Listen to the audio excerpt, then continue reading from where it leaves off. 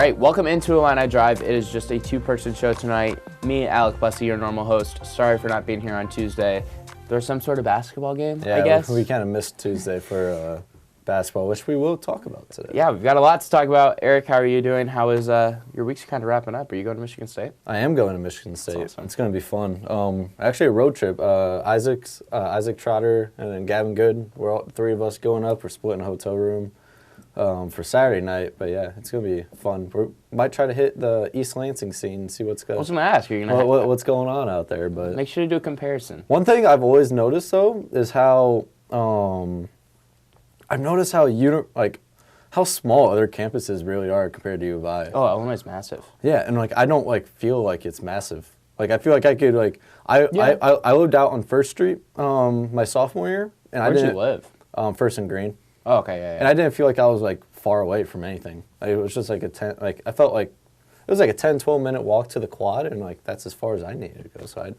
But then I went to the Purdue game. I was like, this place is so small. And then I went down to Ole Miss, and that was so small. That Ole Miss is really, really super small. And it's SEC school, so I guess I just built up these expectations for it. But U is a big campus. But I'm curious to see what East Lansing looks like. I toured at Ole Miss. I didn't like it. I think you did tell me that. And I didn't like it either. It's weird. It's too condensed. It's really hilly too. It's yeah, I didn't like it. I didn't like it at all. I felt like everything was just did it feel like there was 3 class buildings there?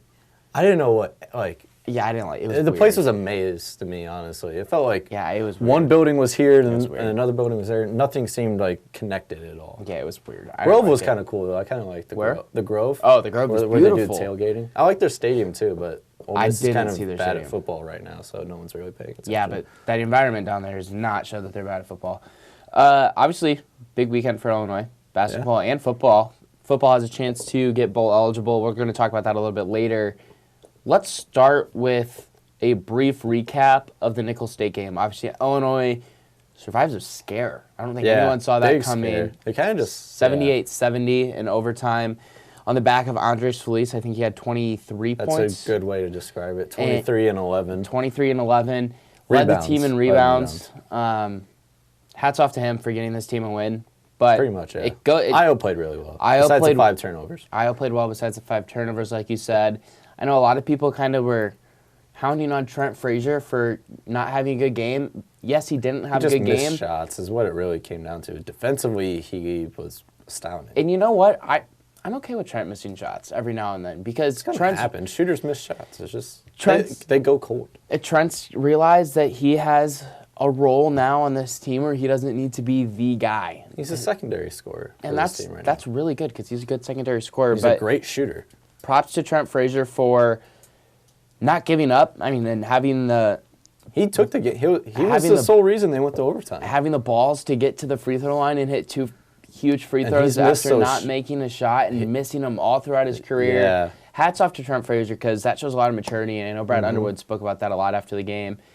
And then I think what's even more impressive than his defense on that last play too. It was amazing defense by Trent Frazier. Moving, kept his arms up. Didn't push, do any pushing with the body at all. Forced a traveling call. It was huge. It was a huge play by a veteran player on your team that you need to make plays like that. Do you want to start with the positives or the negatives? Let's go negatives first, just because there were more. So I have a list of 7 concerns that I had after the game. Go through your list and then we'll talk about it. Okay, let's go. Let's talk about each one after I get it. Yeah. Okay, so first, Georgie just looked awful. To me, he looks like he's in his head. He hasn't gelled or meshed to the 4 yet. And I get it's going to take time, and that may come later on down the season, but it almost looked like he just didn't have any feel around the basket. He wasn't able to finish. I know, especially at the end of the second half, Coach Underwood lined up a play for him to get the ball close to the basket within 10 feet and basically just get a layup. He missed it, got his own rebound, and then he missed again.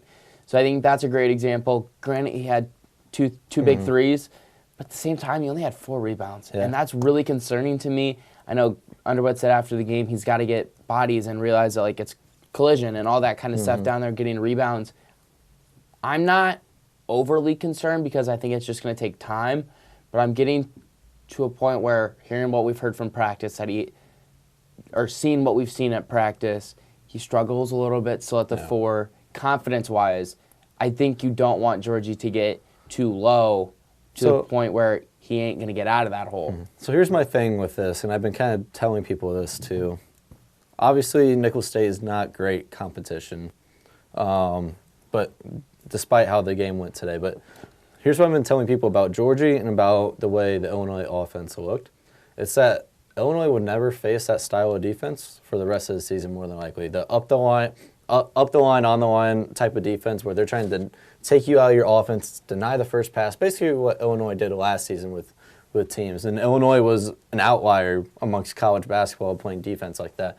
That's what Nicholls State did to them. And because they did that, Georgie was all out of sorts. Georgie on the perimeter still trying to feel things out. And then imagine what happens when you put a guy up on Georgie, getting all up in him where he can't handle the ball at all, where he's so not fully comfortable handling the ball on the perimeter all that much. And then you have a smaller guard because Nicholls State did not have a lot of size. You have a smaller guard on him. He's going to feel uncomfortable.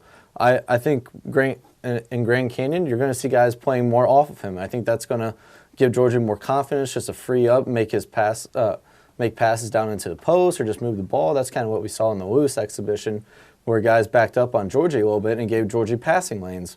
But when guys were all up in Georgie, and then Georgie just felt like he had to move the ball and move the ball more because it just wasn't his role to attack someone from the perimeter like that. So it wasn't like I do agree on the fact that it was not a good performance at all from Georgie. I think Nicholls State completely took Georgie out of the game. At that point, I would have liked to seen Alan Griffin instead of Georgie in the game. Play the three guards and then play Alan Griffin at the 4 because the way he was rebounding and he can do that. Was terrific. He's athletic enough and physical enough now. Yeah, that too. Oh my gosh, if Alan Griffin put that two-handed dunk, putback dunk down. Brought it back to like yeah, that was insane. We'll talk about Alan later, but I was encouraging to see Georgia shoot the ball the way he did, the 2 3-pointers, 2 for 2, but. Defensively, too, I thought Georgie was lackluster, which I think is the most disappointing part. I didn't write that, but yeah, But Georgie, to me, is never going to be a great defender. No, and I don't think he's ever going to be a great rebounder ever, but to a point, like when you're 6'10", 6'11", he has to average like 6 to 7 rebounds a game. Exactly. Kofi's going to average a double-double, I bet, especially after seeing this game. I think Kofi averages close to a double-double. Georgie has to get 6 to 7 rebounds a game, and if that's the case, your power forward doing that, you have a pretty good rebounding front court. So, well, they rebounded really well. They had over 50 rebounds. So yeah. They did rebound well. As a team, they did. Georgie, not so much. Correct. My second concern that I wrote down, the defense was just straight horrendous in the second half. They looked like they stopped playing. That's what it was. And that's where I was going to go. They were up 14 points, and a veteran team, veteran in the sense where they have experience, they stopped playing the game, and they just stopped playing defensively. You saw mental miscues like that. I mean, you saw... I forget his name, but his number 22 on Nicholls State just started going off because Illinois just left their assignments on him, and he got hot. And that's what Iowa said post-game was that he got hot, and it screwed them over in the end. And so defensively, it's very disappointing that this team mentally checked out those last 5 minutes. Well, and it's not just the last 5 minutes to me. It's the last, 15 minutes of the second half. They just stopped playing hard. Yeah. And that's, to me, is like... I guess it would have been Monday. I asked Brad Underwood at his press conference if he felt like this team was at the culture that he wants. Mm-hmm. Brad speaks more about culture within his program than any coach I think I've ever heard speak about it. And he said, we're getting there.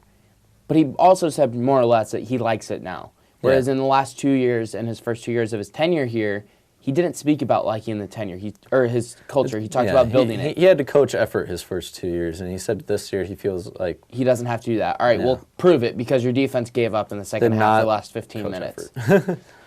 Third concern I have, and this is also related to the defense, and it kind of also ties back to last year a little bit, Nicholls State shot over 40% from 3. Illinois struggled mightily last year defending the three-point shot against almost any team in the country, and a lot of teams took advantage of that. Nicholls State did too, and I know that that kid just got hot, but at the same time, step up and get a hand in his face. It was their pick and roll defense, and that's where Georgie was pretty poor in, was the fact that on their pick and roll defense, the roll man popped every time, and Illinois just didn't really have an answer for it, and that's inexcusable defense by Illinois, especially on ball screen coverage like that. It was just poor, and then that's the mental errors like that. A team that's not playing hard, if you're playing hard, you make it out to the pot man like that. You don't give those wide open shots. And there's on-ball defense too, which is lackluster for the most part. It was bad. Just defensively, I didn't see a whole lot of effort, and it was. And it's frustrating because everyone's concern going into the year was what? Defense. Yeah. And Grant, they've played 40 minutes, and they look great for 25 of the 40 minutes they played defensively. But that's concerning to me. Mm-hmm.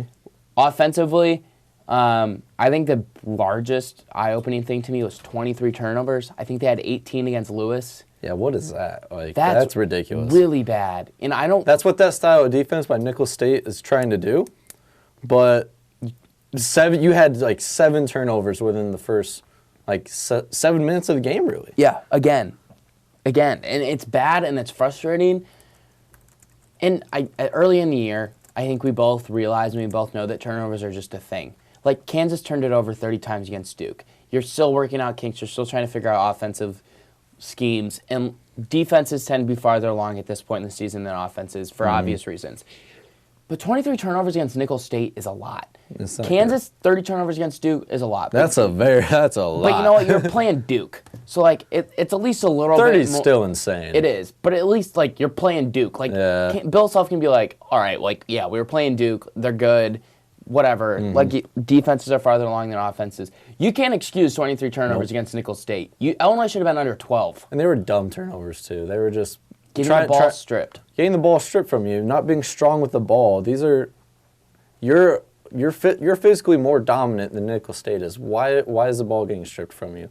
It's just ridiculous play. I just don't get how a team like Illinois, the way they attack you offensively. I just don't get how you turn the ball over 23 times. I get it because you just weren't the more fit. You were being outplayed, out-hustled. You weren't the more physical team, but that's not at all how it should have been.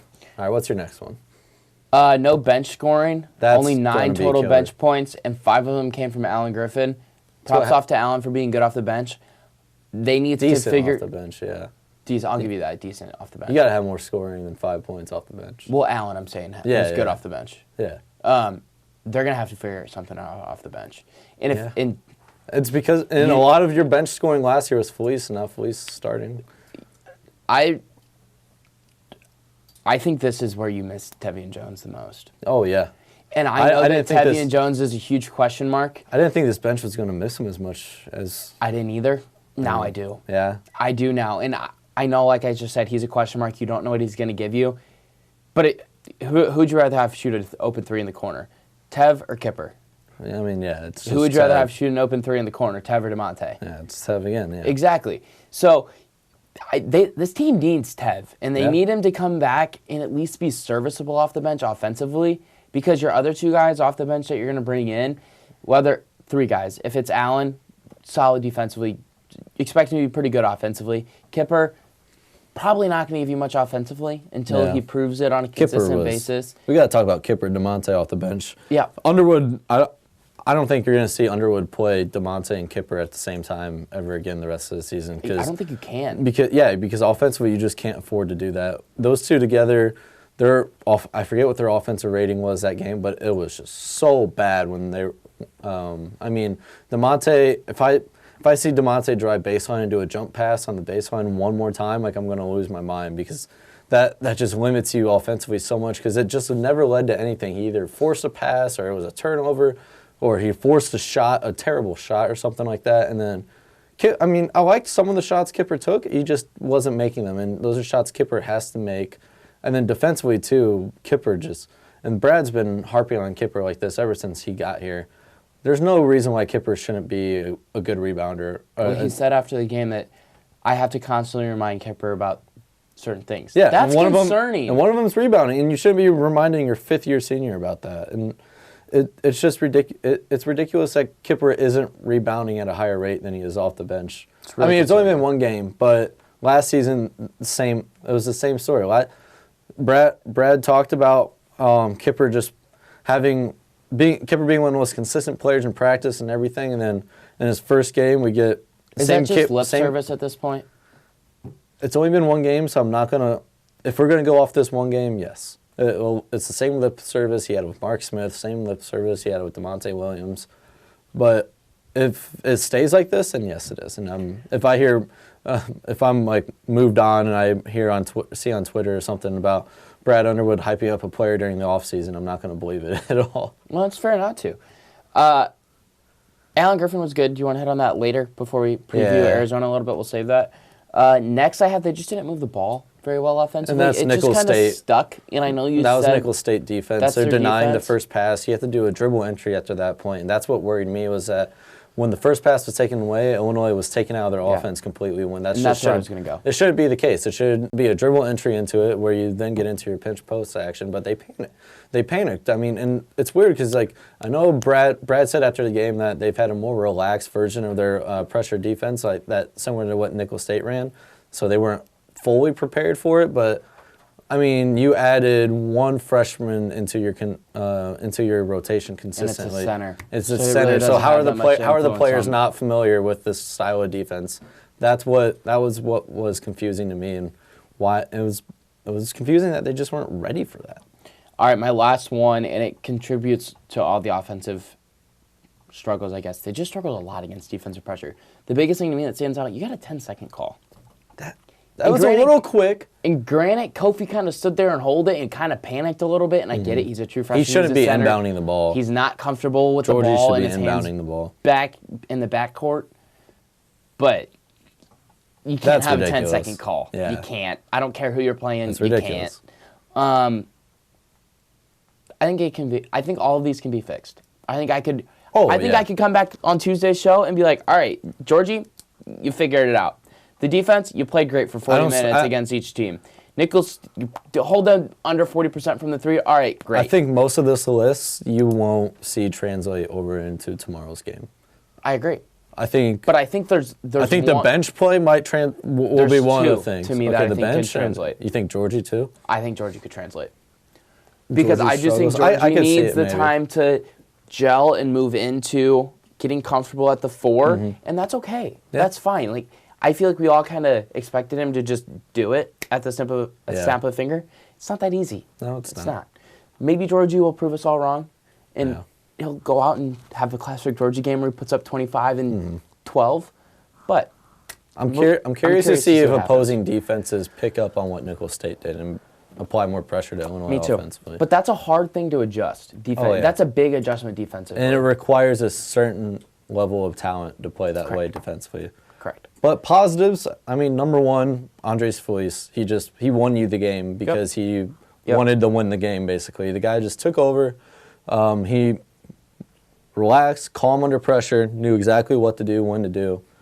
I mean, it's the Andres Feliz you saw last year in different situations, and now it's just gotten to the next level, it seems, with him. To steal something from Jeremy Werner, he kind of has that, like, he go, we go kind of thing. Yeah. And if he plays well, this team seems to play well. When he's on the court, everything just seems to go a little bit better. And I think you see it most with Ayo. Yeah. I think Ayo is so much more comfortable with Andres on the court. And Georgie said it too before the Lewis exhibition a couple weeks ago that he kind of, he wasn't like trying to say anything against his team, but Andres kind of drags him along with him, which saying like this team plays up to Andres' motor, which you could take that with kind of a grain of salt and kind of wondering like, well, why isn't everyone playing the way Andres is mentally?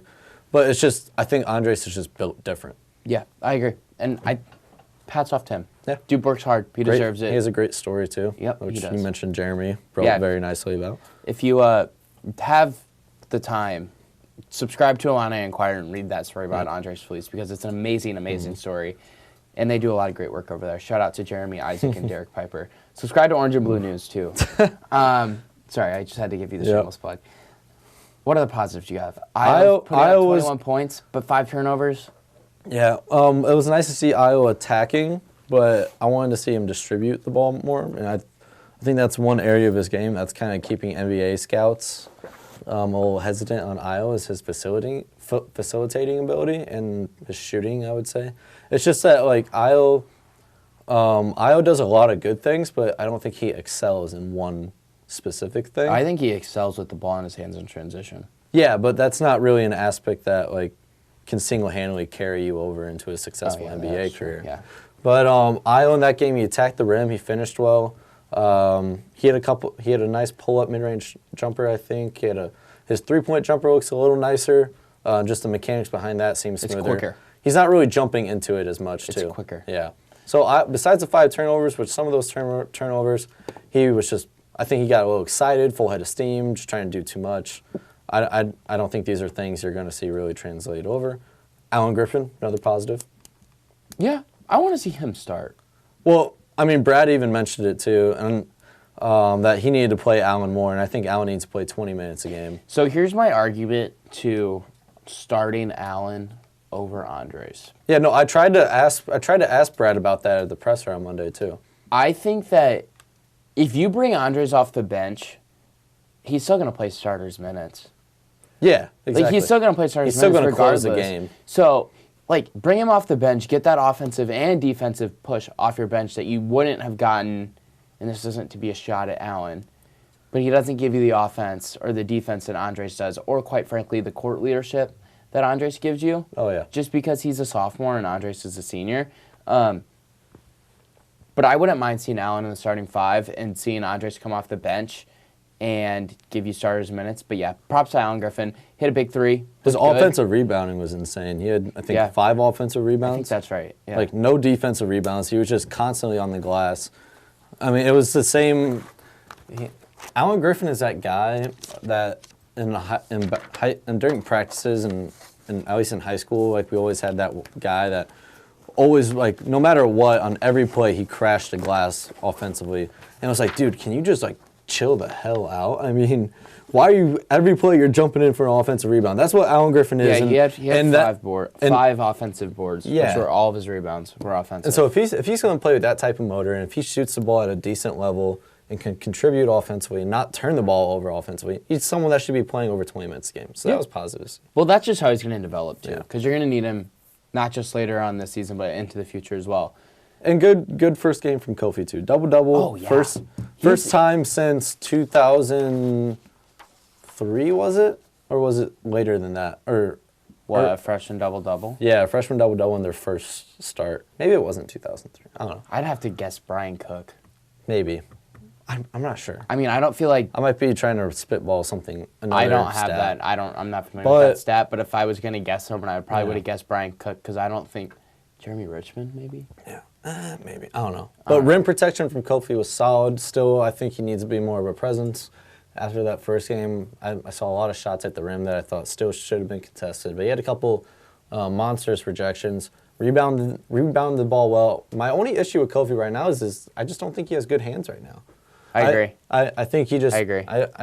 He's just not ready for some of the passes that are getting thrown his way, and he still brings the ball down so much every time he grabs an offensive rebound. He doesn't keep it high. He always brings it back down to try and gather himself. And by the time he brings it down, all the guards are just grabbing it, swatting at it, grabbing at it, getting jump balls. If he just keeps it high and then jumps back up, it's just a free 2 points. That's a dunk. Free throw shooting needs to get better with him too, but I didn't really expect him to be a good free throw shooter coming in, so there's that. But promising first start from him. He had a presence in the paint on both sides of the court, and that's something Illinois hasn't really been able to say in the last several years. Yeah. You want to move to previewing Grand Canyon a little bit? Actually, let's just preview that Arizona trip. Yeah, the whole thing. In general. Grand Canyon just lost to Davenport. Yeah, a Division II school from Michigan.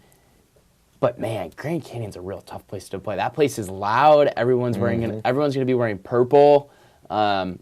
We had a guy on the radio show that I interned for said that there's lots of lights, and they make it a whole production there. So props off to Grand Canyon for making their games an enjoyable thing to attend, I'm sure. No Tim Finke there, so you don't have to go against a Champaign product. No Michael Finke there, because he has graduated. This is a game Illinois needs to win. And I think they have to win this game. I think they should go out there and handle them. I think they should have won before, but now I think you should go out there. You should be a little pissed off. Yeah. I think Io saying that they weren't disappointed was a blatant lie. I think if you I don't think it was a blatant lie. I don't think it was a lie. I think he was pissed off. I mean, yeah. I mean, he's mad. He's going to be mad about the way they played because there was a lot of negatives the way they played that game, but they're still happy that they got the win. But exactly. It's a game they should. I think this Grand Canyon game is a game that they should and kind of have to win going into that Arizona game, because that Arizona game is going to be a very competitive game. I'm looking forward to the Grand Canyon game first. I want to see the. I'm not overlooking Grand Canyon, obviously, but I want to see the adjustments that Illinois makes going into Grand Canyon to try and shore up some of the things that you've struggled with against Lewis and now Nicholls State. And I'm sure they struggled with it against South Carolina too. We just don't know about it because no one was able to see it. Brad actually did say their turnovers were a little high in that South Carolina secret scrimmage. But he said that they were executing offensively, which is why he kind of excused those turnovers. So let's see turnovers go down. Let's see Io control the game a little bit more. Mm-hmm. I want to see him have that killer instinct. Yeah. Which I think he does have. Just look at the Michigan State game in the last 5 minutes last year. I'm not overly concerned. Like I said, it was just one game. I have a list of 7 minor concerns that I said I think can still get fixed. It's first game. I'm not that worried about it. No. I'd be worried if I was a Nebraska fan, but I'd have been more worried going into the season Nebraska anyway. fans are kind of like ready for the rebuild. You kind of expected it coming. Correct. Arizona, you want to talk to that game? Top 25 game? Well, they're in the top 25. Yeah. Top 25 game on the road. Right now. That's a tough place to play. It's a tough place to program. Play. They're probably going to be ready to go. It's their first marquee matchup of the season.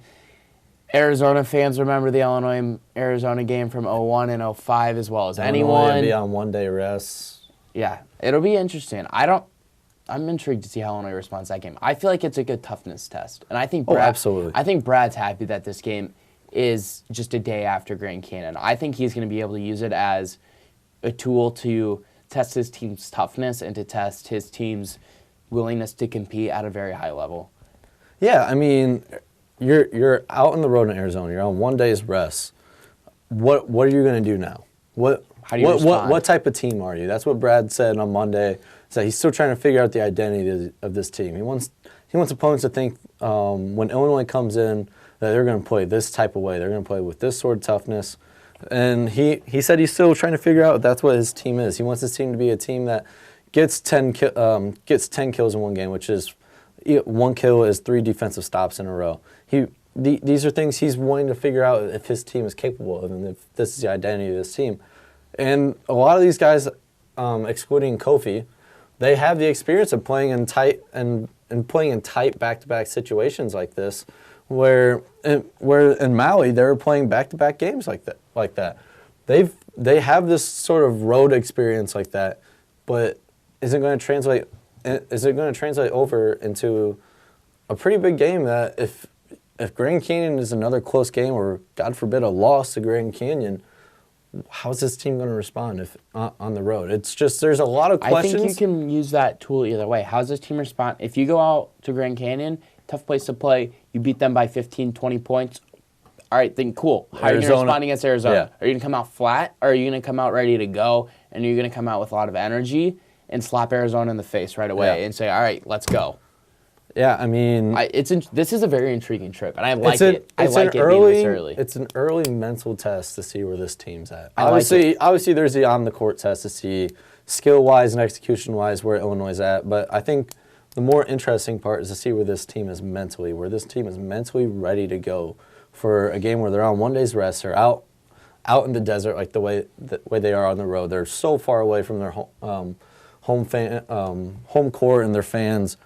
Where is this team mentally tough enough to face that type of adversity like that? And I think they are. I just don't know if it's going to happen yet. I don't know if we're going to see it till Big Ten play. That's what worries me a little bit. I think this team needs this, and I think it comes at a good time to test them, to see if they're really, really ready to go, to see if this team is going to meet the expectations early in the year. It doesn't mean anything to be ranked at this point. It doesn't mean anything if you beat Arizona by 25. Yeah. But if you go out there and you play hard and you're able to get a win by 5, that means a lot. Oh, or yeah. if you just beat Arizona, it means a lot. Correct. let's just say, what do you think Illinois' record is coming back from this Arizona trip, playing Grand Canyon and Arizona before you take on Hawaii at home? I'm going to do it. 3-0. I'm going to do it. 3-0. I really want to say 3-0. I'm going to do it. Why do you say they go 3-0? Because now I'm curious. Because I think the talent is there. I think this team, obviously Arizona's a very good basketball team, but I still think this is the season where Illinois breaks through. I still think it was a disappointing home opener, but I still think this is the season Illinois breaks through as a legitimate Power 5 basketball team, where it can go on the road. And first of all, I think this Arizona game will be competitive. But I think it'll be competitive for sure. It's a very bold take. I don't think it is. Derek Piper said that they would come back 3-0. Well, that's nice to hear, but if that makes you feel any better. It does make me feel a little better, but I just think this Illinois team is still ready for a breakthrough year. And like I said, no team is going to play Illinois the way Nicholls State did, the way they did defensively. I think Illinois is more adjusted for a matchup like they're about to face with Arizona. I think this team's ready. And I know no one's really going to be riding high with me after the Nicholls State game, seeing how the Illinois basically just stopped playing in the last 5 minutes. But I think they're ready for this. Okay, so let me just lay this out there. This is my least favorite part of our job. Because we're never right. False.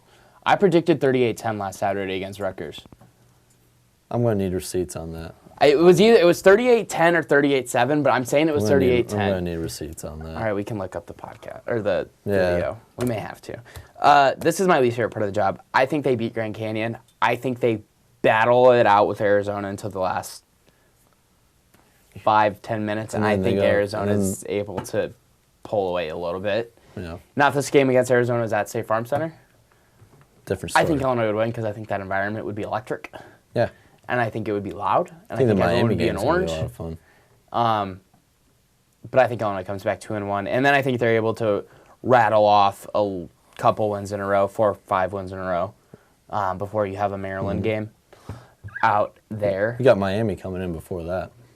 But Miami's not very good. Yeah, but I mean, it's still Miami. It's an ACC Big Ten challenge. I think State Farm Center will be ready to go for that. That'll be the first premier game at State Farm Center this season. We both know how people get ready to go for college basketball on this campus. Let's transition to college football.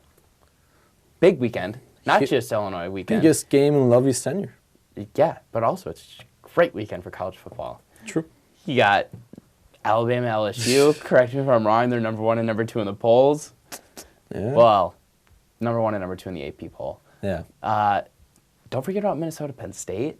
Yeah. I'm ready to go. Is Minnesota legit? That's the big question. Please no. James Franklin, go kill PJ Fleck at Minnesota. They should have Please. They should have at least held off on the contract extension until after this game. They had to do it.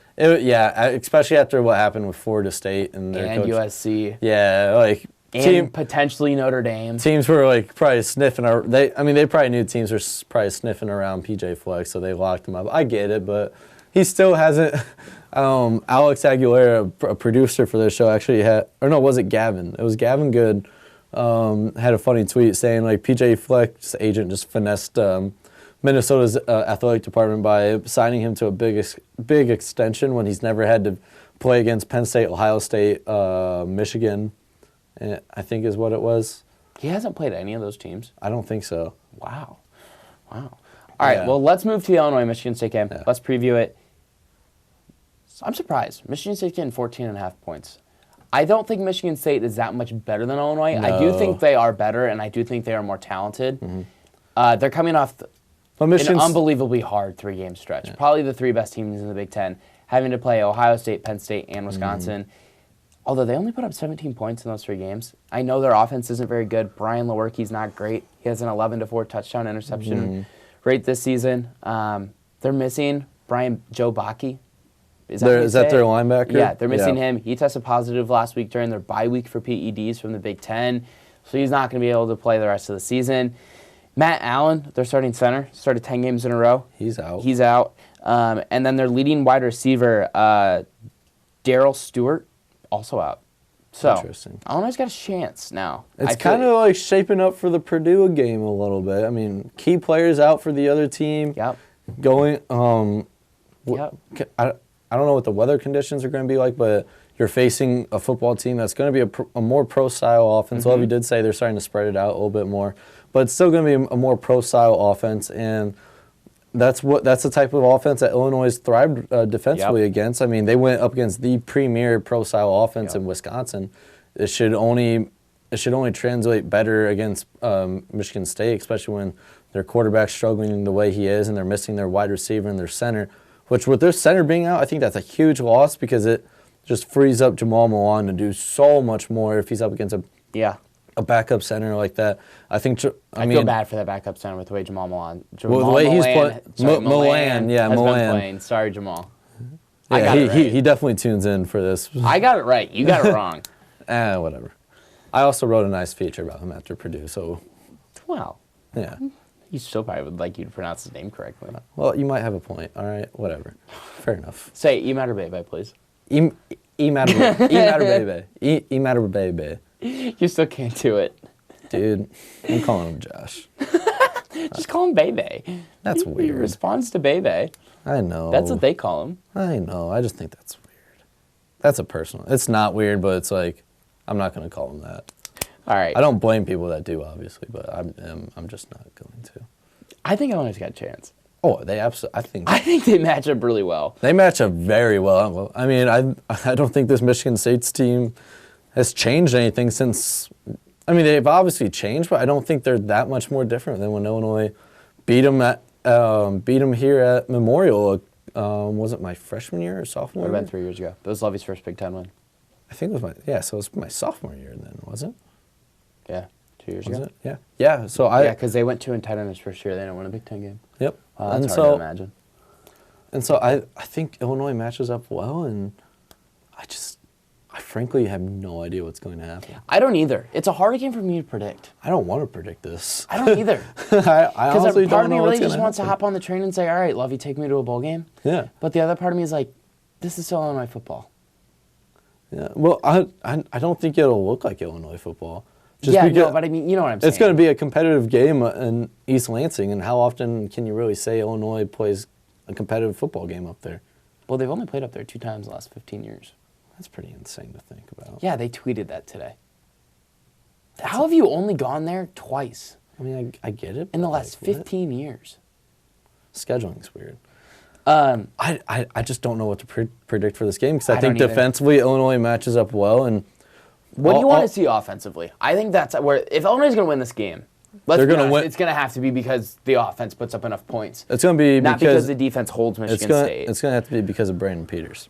I agree. This Michigan State defense, they're going to keep the run contained for the most part. I think Illinois is still going to try to emphasize pounding the rock because that's just where they thrive. Dre Brown is going to have a Dre Brown game. It definitely is a run between the tackles. I agree. I think this is a Rayvon Bonner game too. Maybe. I would stick with Dre Brown, but no, I just mean like this is a game that Rayvon Bonner would excel in, and this is a game that Rayvon Bonner would find success in getting more than just like his 4 to 7 yard carry. If the offensive line dominates the way they did against Purdue, shout out to Kendrick Green. Yeah, all of them. If the offensive line dominates, then I think Illinois wins this game. I think it comes down to that? I think it comes down to that because if the offensive line dominates and they establish the run, I think the game's over. You think Brandon Peters is able to get you a win? Yeah, he's not going to have to do it. The offensive line is just doing it. And then I think defensively, you're going to hold Michigan State. I think you're going. I agree. You're going to hold them to a level where your offense is going to have a chance to do something. And if the offensive line dominates the line of scrimmage or even plays better than Michigan State's front seven at the line of scrimmage, which Michigan State's missing its best linebacker, then I think Illinois offensively is going to be able to run the ball, and then that's going to set up play action. It's going to set up more things for Brandon Peters to do. And we've seen if Brandon Peters has time in the pocket, he could put the ball. Put the ball there. Yeah. He throws a really nice ball. He does. It looks good. Like half the time it comes out of his hands. He does. Yeah. Sometimes just oddly underthrown. Quacks. on the way to the receiver's hands. Yeah, and he throws off his back foot a couple times, but even some of those back foot throws are nice. So, I like this game for. It's why I'm glad I'm going up to the game, because I have no idea what to expect going up to it. I mean, if I had to put money on it, and I'm not a gambling man, because I think gambling on sports is way too risky, but I think that's some of the thrill people get in it. But I would probably. I think Illinois covers. Yeah, I don't think. I think Illinois covers for sure. I don't know. I don't know. It's hard. This is one of the harder games for me to predict. Because like I said, I really want to predict Illinois to win. It's a game that Illinois could win. Yeah, and then D'Antoni says that his team's playing like a wounded dog right now. Yeah. Which I get what what he means by that is that like when a dog's wounded, it becomes more angry and like defensive, and it wants to attack you just because it's like wounded. But that's just a weird comment to me. I just don't. If I had to put money down it, gun to my head, saying you need to bet on something, I'll bet Michigan State, but not by what score? See, okay, you can't just let me get away with that. I'll go 24-21, Michigan State. Okay, I'm gonna go Michigan State as well. Well, I don't If Illinois wins, I'll always be surprised, but you're not going to be shocked. Exactly. You were shocked when Illinois beat Wisconsin. Yeah. You weren't shocked when Illinois beat Purdue. I was surprised. I wasn't shocked. Good. Yep. Same thing. Yeah. I'm feeling kind of the same way going into this Purdue game before the weather conditions and everything. I'm feeling kind of the same way about that game. That's a good comp. Yeah, I'm kind of feeling the same way about this game, except better because of just Illinois matches up better against Michigan State. I'm going to go Illinois, similar to my Arizona prediction, battles this out for a long, long time. But I think that Michigan State just has a little bit too much talent, and I think Michigan State's going to end up being able to get the win. I think Michigan State wins it 24-17. And I think Illinois got a chance to win it at the end of the game. I just don't think they're going to be able to move it well enough against Michigan State's defense throughout the game. Number 8 defense in the country, right? Yeah, it's legit. It's a very good defense. But they also went up against Wisconsin and Michigan too. It's you know what also this concerns, is so weird. You know what also concerns me about this game, and I feel like you and I both kind of overlooked it maybe to a point. Michigan State's coming off of a bye week. Bye weeks are overrated. I think they're overrated. I think all coaches would tell you bye weeks are overrated. In other news, and I forgot to mention this, I'm sure you've noticed too, Donnie Navarro just got awarded a scholarship. Yeah, I mean, good for him. It's about time, basically, for that guy. Good for him. He deserves it. Oh, absolutely. That catch he had was right in front of me. That was an insane catch. It was a great catch. That catch, that's the catch of the year for Illinois. Oh, yeah, for sure. Yeah, it's about time he got a scholarship. Yeah, good for him. Happy for him. All right. NFL picks? The NFL picks? All right, let's do it. I've got him in front of me with the spread. Actually, can we do one? Let's hit college. We have to do 3 college games. Fine, all right. 3 college games. Let's make them quick, though. All right, Alabama, LSU. Actually, first we're going to start with Maryland travels to Ohio State. Ohio State is minus 43.5. Do they cover? Does Maryland cover, or does Ohio State cover? Ohio State. Yeah. You think they win by more than 43.5? Yeah. All right. Next week they play Rutgers. What does the line open at? Ohio State plays Rutgers? Yeah. That's going to be a 72 6 game. It's going to be ridiculous. It's going to be ridiculous. It's embarrassing. All right, the next one I'm going to do, Penn State travels to Minnesota. We talked about this one a little bit earlier. Penn State's minus 6.5. I would take that. Yeah, I would take that, but I don't know. I just want to see if this Minnesota team's legit. I don't trust this Minnesota team. I don't either. But I want to see it because I'm kind of intrigued by Minnesota. As much as people. If they beat Penn State, I'll be the first one to admit that I was wrong. Oh, absolutely. And I will say, all right, PJ, you proved me wrong. Now go beat Wisconsin, and you can have your time in the Big Ten Championship to just get railed by Ohio State. But I think Penn State is better. I think Penn State's better execution-wise, schematically, and just talent-wise, too. I think they're better coached, too. Yeah, I think Penn State wins this. What was the line? 6.5. I think Penn State covers by a good. I think Penn State wins by. Like I think they win by like 14 17. to 20. Yeah, somewhere in there. All right, last one. LSU obviously travels to Tuscaloosa to take on the Tide. I think the Tide rolls to a 7-point touchdown, 14-point touchdown win that. over the spread is 16 or -6 in favor of Alabama. That was not an original pun either. I'm gonna so take LSU on that. You think LSU wins? I don't think they win, but I think it's Do you think they cover? I think LSU covers on that. I love Alabama, and I think they're gonna win. I don't love Alabama as a fan. I just love Alabama like in big games. I think Joe Burrow is just kind of like good. He's pretty good. He's a good ball thrower. I'll also say this about Alabama. I will pick Alabama every single time against no matter who.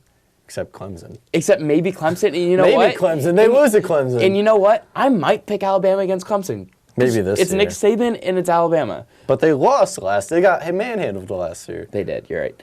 All right. Time for our favorite segment of the week, NFL picks. All right. Let's zoom through these. These are all for.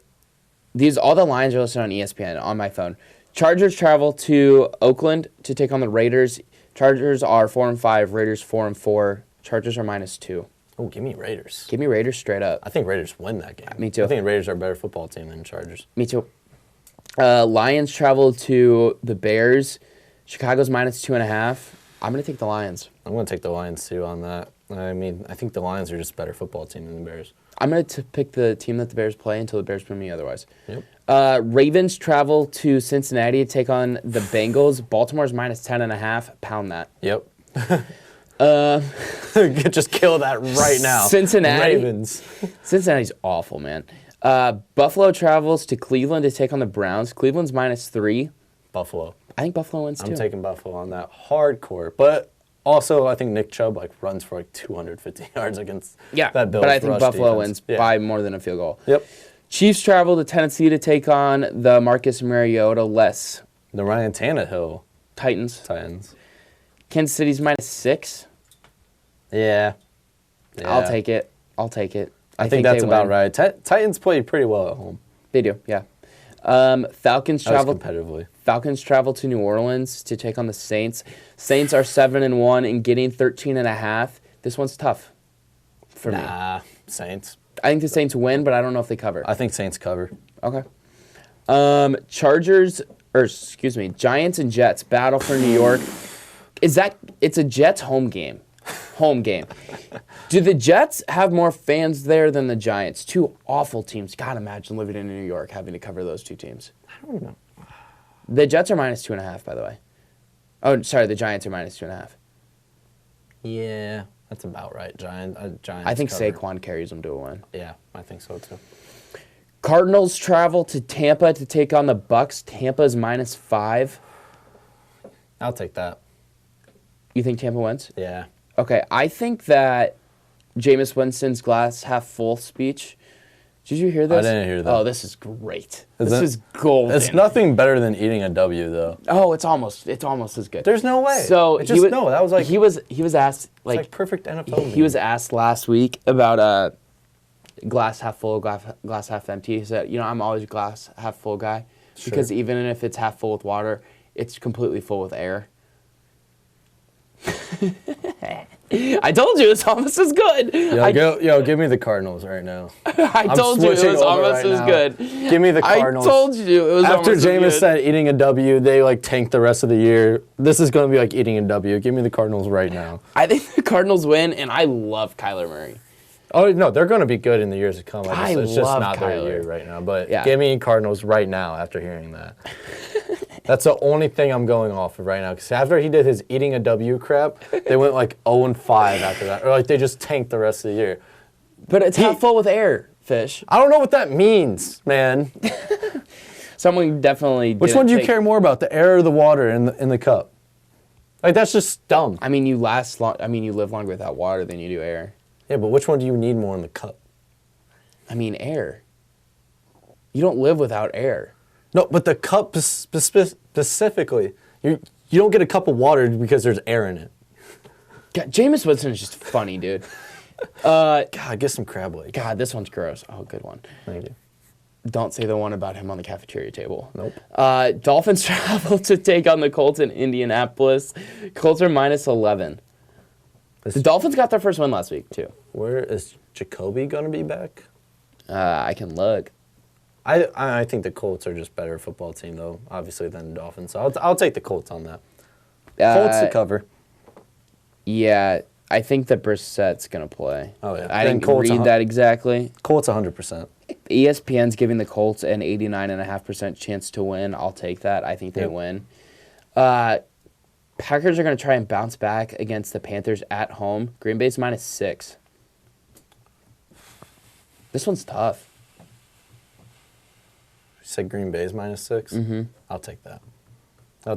I think the Panthers cover that. Really? I think Green Bay wins, but I think the Panthers cover -6. Okay. The Rams travel to the Steelers. Rams. The Rams are 5-4. Steelers 4-4. Rams are -3.5. Pounding that. Give me that. Give me that. Give me that. Give me that. Come on. No, you can't do it. Like, we can't do it because of Gabby. She's not here. But we could tell her about this later. I'm going to go Steelers. Oh, boy. I think they win. It's in Pittsburgh. That's why. They're still bad. They're better than the Bears. That's debatable. They're 4-4. You are what your record says you are.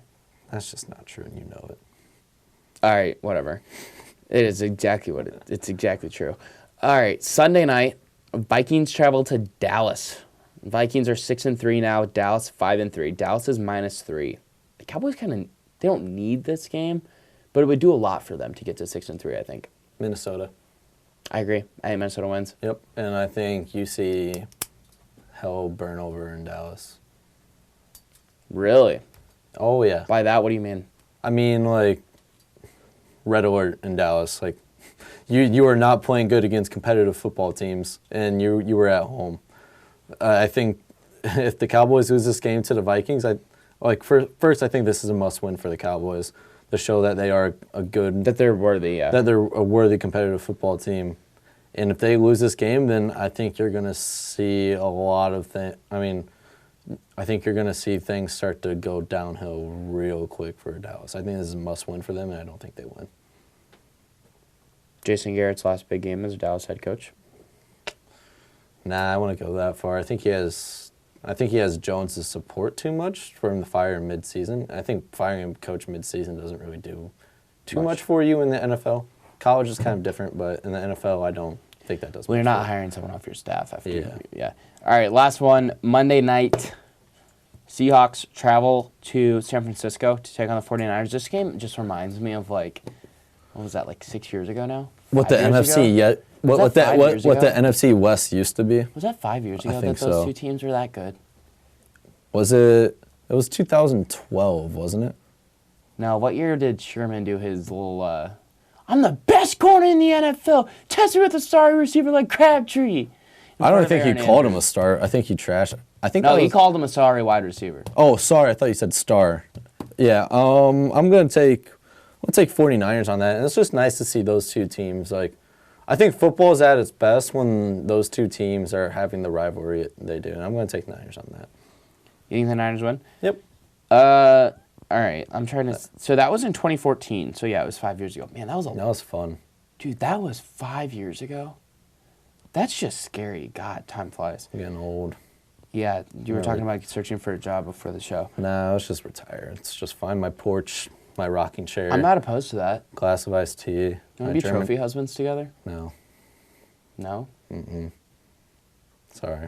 You can get a trophy wife, or you can get a wife, I'll get a wife, we can just be trophy husbands, like, together on, like, neighboring porches. Never have to work a day in your life. My German Shepherd Remy is not going to let you anywhere near my house. All right. He's going to be trained. All right, you can have fun with Isaac and Gavin then. It's fine. All right, give me the 49ers. All right. Give me the 49ers. Oh, boy. They're -6. I do think they Remy cover because it's in San Francisco. Yeah, I'll take the 49ers. All right, cool. But I think their reign of being undefeated is starting to come to an end. Jam-packed show today. Yeah, for two people, jam-packed show today. This was good. Props to us. This is what happens when basketball and football come back, and there's plenty to talk about. It was a good show. Yeah. We might be back at the WPGU studio next week. We'll see. It's a working process. We'll get there. But yeah, tune into Illini basketball this weekend if you can. I think they're on ESPN 3 now, 2 for the Grand Canyon game. If not, I think I saw that somewhere. If not, you can find it on YouTube. They're streaming the game on YouTube. I wasn't sure who. I forgot to ask Kent. But it's either going to be FIP's going to stream it or WCIA maybe? Yeah, I think it's CIA. Is broadcasting on Channel 49? Yeah. Maybe, I don't know. It's being broadcasted locally on WCIA for all you local Illini fans out there. You Chicagoans that listen to the show aren't going to get it. Football on Saturday, 2:30. Tune into that. It's on BTN, right? Yes. No, Fox Sports 1. Is it? Oh, okay. I think it's on Fox Sports 1. And then what channel is Sunday's game? Pac-12 Network. Pac-12 Network? We're going to have to find a way to watch that. Reddit. Just kidding. I didn't say that. We'll figure it out. Pretty much. Thank you for listening. Enjoy your weekend, and have a good night. Gabby, hit the music. Yeah, Gabby, hit the music.